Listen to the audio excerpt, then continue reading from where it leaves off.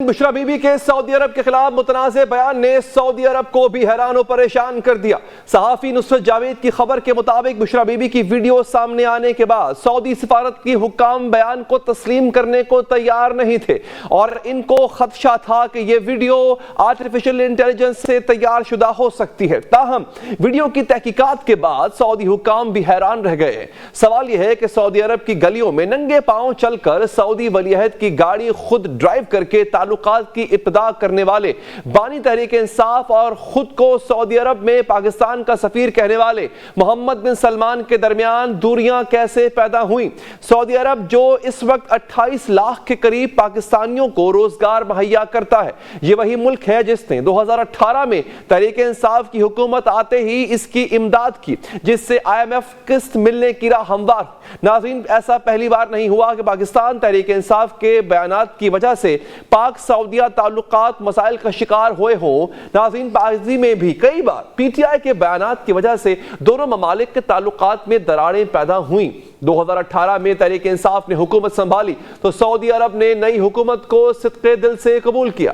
سعودی ولی عہد نے بانی چیئرمین کو اپنا بڑا بھائی تک ڈکلیئر کر دیا، لیکن پھر اچانک بانی تحریک انصاف کے مزاج نے پلٹا کھایا اور یہ تعلقات خراب ہوتے چلے گئے۔ یہ بات تب شروع ہوئی جب شاہ محمود قریشی نے کشمیر کے بارے میں اسلامی ممالک کے کردار پر گفتگو کی اور OIC کے متبادل فورم بنانے کی دھمکی دی، جبکہ بانی تحریک انصاف نے 2019 میں ملیشیا کے مہاتیر محمد اور ترکیہ کے طیب اردگان کے ساتھ مل کر OIC کے متبادل پلیٹ فارم بنانے کی حکمت عملی کی کوششوں کا آغاز کیا۔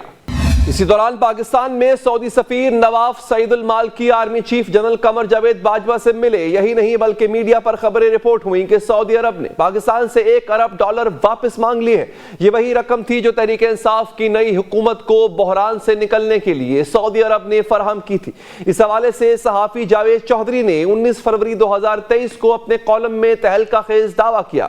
جاوید چودھری کے مطابق 2019 کے وسط میں وزیر خارجہ شاہ محمود قریشی نے بڑے اسلامی ممالک کے وزیر خارجہ کے کان میں سرگوشی کر دی کہ ہم ملیشیا کے ساتھ مل کر OIC کا متبادل بنا رہے ہیں۔ اس وزیر خارجہ نے یہ بات سعودی عرب کو بتا دی اور یہاں سے تعلقات میں پہلی دراڑ آئی۔ 19 دسمبر 2019 کو کوالالمپور سمٹ تھی۔ سعودی عرب چاہتا تھا پاکستان اس میں شرکت نہ کرے۔ بانی تحریک انصاف پیچھے ہٹنے کے لیے تیار نہیں تھے اور یوں تعلقات تقریباً خاتمے تک پہنچ گئے۔ اس موقع پر طاہر اشرفی نے مرکزی کردار ادا کیا۔ 14 دسمبر 2019 کو کوالالمپور سمٹ سے 5 دن پہلے بانی تحریک انصاف وزیر اعظم پاکستان کی حیثیت سے سعودی عرب پہنچے۔ وہ ہوٹل میں بیٹھے رہے لیکن ولی عہد نے انہیں نہیں بلایا۔ اس دوران بانی تحریک انصاف نے ریسٹورنٹ میں کھانے کی میز پر کراؤن پرنس کے خلاف تقریر شروع کر دی۔ ان کا کہنا تھا کہ میں نے اگر ان سے پیسے نہ لینے ہوتے تو میں ڈیش ڈیش ڈیش کر دیتا۔ یہ گفتگو بھی سعودی حکام تک پہنچ گئی۔ بعد ازاں جنرل باجوہ کی مداخلت پر ملاقات ممکن ہوئی۔ وزیر اعظم نے واپسی پر کابینہ کے اجلاس میں کراؤن پرنس کے رویے کو ناشائستہ اور پاکستان کی توہین قرار دے دیا اور پھر انہیں 10-12 منٹ پنجابی میں برا بھلا کہتے رہے۔ یہ گفتگو وزراء نے سعودی سفیر تک پہنچا دی۔ حافظ طاہر اشرفی کو ایک بار پھر درمیان میں ڈالا گیا اور انہوں نے بڑی مشکل سے یہ مسئلہ بھی حل کیا۔ اسی طرح 21 جنوری 2020 کو ورلڈ اکنامک فورم کی میٹنگ میں بانی تحریک انصاف نے ساری بات طیب اردگان کو بتا دی اور طیب اردگان نے یہ راز میڈیا ٹاک میں پوری دنیا تک پہنچا دیا اور یوں سرد مہری برف میں تبدیل ہو گئی۔ جاوید چودھری کے مطابق عمران خان نے سعودیز کو مزید چھڑانے کے لیے اپریل 2020 میں پاکستان میں ارطغرل ڈرامہ بھی شروع کرا دیا، جبکہ سعودی عرب نے بھی جواباً بھارتی آرمی چیف کو دورے کی دعوت دے ڈالی۔ جاوید چودھری کے مطابق یہ خطرے کا آخری الارم تھا، کیونکہ اسٹیبلشمنٹ کی ریڈنگ کے مطابق بھارت سعودی عرب کو عسکری ٹریننگ اور مسلمان فوج دینے کے لیے تیار تھا۔ اسٹیبلشمنٹ کو ایک بار پھر درمیان میں آنا پڑا۔ جنرل فیض حمید کی کوششوں سے بھارتی آرمی چیف کے دورے کی تاریخیں تبدیل ہوئیں اور اس کی ولی عہد کے ساتھ میٹنگ بھی نہ ہو سکی۔ کالم نگار کے مطابق یہ آخری حد تھی۔ پاکستان اور سعودی عرب تعلقات کا دھاگا ٹوٹ رہا تھا۔ اسے بچانے کے لیے آرمی چیف اور D G I S I کو بے تحاشا کام کرنا پڑا۔ اسی دوران ایک وقت ایسا بھی آیا جب آرمی چیف نے سعودی عرب کے ڈیپٹی ڈیفنس منسٹر کو کہا کہ اگر ہم پر سارے دروازے بند بھی کر دیں گے تو بھی ہم باہر بیٹھ جائیں گے، کیونکہ آپ بیت اللہ اور روضہ رسول صلی اللہ علیہ وآلہ وسلم کے محافظ ہیں۔ یہ سن کر ڈیپٹی ڈیفنس منسٹر اٹھا، اس نے آرمی چیف کو سینے سے لگایا اور کہا آپ اور میں آج سے بھائی ہیں، آپ کا کوئی بھی مسئلہ ہو آپ مجھ سے براہ راست بات کریں۔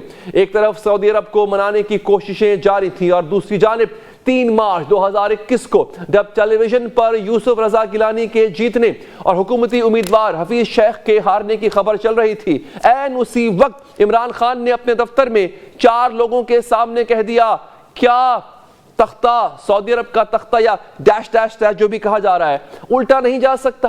وزیر اعظم کے سامنے ایک ایسا شخص بھی بیٹھا تھا جو تعلقات کی بحالی کی خوشخبری سنانے آیا تھا، وہ یہ سن کر حیران رہ گیا۔ وہ اٹھا، سیدھا GHQ گیا اور آرمی چیف سے کہا سر مجھے نکالیں، میں خواہ مارا جاؤں گا۔ اسے تسلی دی گئی اور کہا گیا آپ یہ کام ملک کے لیے کر رہے ہیں، کسی ایک شخص کے لیے نہیں۔ 2021 کے رمضان میں کراؤن پرنس کی طرف سے رابطے کا پیغام لے کر طاہر اشرفی بانی تحریک انصاف کے پاس گئے۔ انہوں نے بڑی نخوت سے کہا چھوڑو یار، وہ مجھے کہاں فون کرے گا۔ وزیر اعظم کو بتایا گیا فون آئے گا لیکن آپ نے پلیز ایران، یمن، عالم اسلام اور ریاست مدینہ کی بات نہیں کرنی، آپ صرف 2 برادر ملکوں کے درمیان تعلقات تک محدود رہیں۔ یہ ہدایات وزیر اعظم کے اسٹاف کو بھی دی گئی۔ انہیں کہا گیا وزیر اعظم اس کے علاوہ ایک لفظ نہیں بولیں گے۔ تعلقات کا دھاگا بڑی مشکل سے جڑا تھا اور ریاست وزیر اعظم کی ذرا سی بے احتیاطی بھی افورڈ نہیں کر سکتی تھی۔ جاوید چودھری کی انہی باتوں کی تصدیق ان واقعات کے عینی شاہد ڈاکٹر طاہر اشرفی بھی کر چکے۔ ناظرین، طاہر اشرفی کی گفتگو اور جاوید چودھری کے کالم کے علاوہ کئی مواقع پر مقتدر حلقوں نے بانی تحریک انصاف اور پی ٹی آئی کی وجہ سے خراب ہوتے تعلقات کو بچانے کے لیے اپنا کردار ادا کیا۔ وہ سعودی ولی عہد کی جانب سے تحفے میں دی گئی گھڑی کی فروخت ہو یا بانی تحریک انصاف کی جانب سے سعودی ولی عہد کے سامنے سفارتی آداب کے برخلاف بیٹھنے کا معاملہ۔ اکتوبر 2019 میں جنرل اسمبلی اجلاس میں شرکت کے لیے بانی تحریک انصاف سعودی عرب سے نیو یارک سعودی ولی عہد کے طیارے پر گئے، لیکن واپسی پر طیارے کی خرابی کی وجہ سے بانی تحریک انصاف کو متبادل انتظام کرنا پڑا۔ لیکن اس حوالے سے فرائیڈے ٹائمز میں سینئر صحافی نجم سیٹھی نے اداریہ لکھا جس میں دعویٰ کیا گیا کہ سعودی ولی عہد محمد بن سلمان عمران خان کی نیو یارک میں مصروفیات اور سفارتکاری کے بعض پہلوؤں سے اتنے ناراض ہوئے کہ انہوں نے اپنے نجی طیارے کو پاکستانی وفد کے لیے واپس بلانے کا حکم دیا۔ صحافی کے مطابق وہ شاید اس بات سے خوش نہیں تھے کہ عمران خان، طیب اردوان اور مہاتیر محمد مل کر اسلامی بلاک کی نمائندگی کریں گے اور نہ ہی ایران کے ساتھ پاکستان کی بات چیت سے جو ان کی منظوری کے بغیر ہوئی۔ بشرا بی بی کے بیان سے بانی تحریک انصاف اور محمد بن سلمان کے تعلقات کی گرتی ہوئی دیوار کو ایک اور دھکا لگ چکا ہے۔ ناظرین،